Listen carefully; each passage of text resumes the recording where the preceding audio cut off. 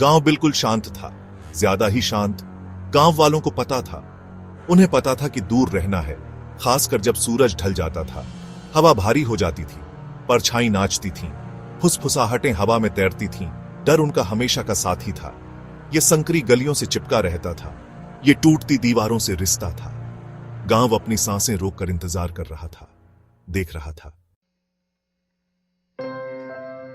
नदी के किनारे एक घर खड़ा था, अंधेरा और खामोश।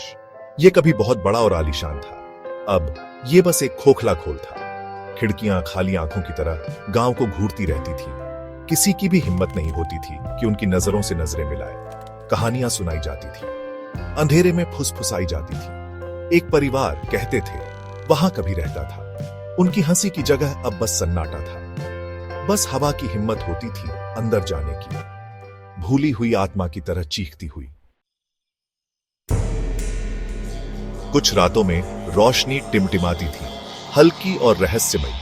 टूटी खिड़कियों के पीछे नाचती हुई परछाई अंदर चलती फिरती थीं, ऐसी आकृतियां जो नहीं होनी चाहिए थीं। रास्ते पर पदचाप गूंजते थे, भारी और धीमे। फिर सन्नाटा। गांव वालों को पता था घर बुला रहा था, लेकिन कौन जवाब देगा?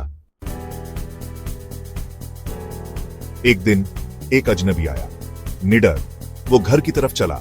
गांव वाले देखते रहे, सांसें रोककर। वो घर में घुस गया। उसके पीछे दरवाजा चरमराकर बंद हो गया। दिन हफ्तों में बदल गए। अजनबी वो रुका रहा। उसने घर की मरम्मत शुरू कर दी।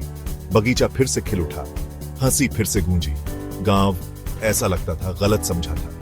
घर भूता नहीं था, वो बस इंतजार कर रहा था। जिंदा होने के लिए प्यार का इंतजार कर रहा था।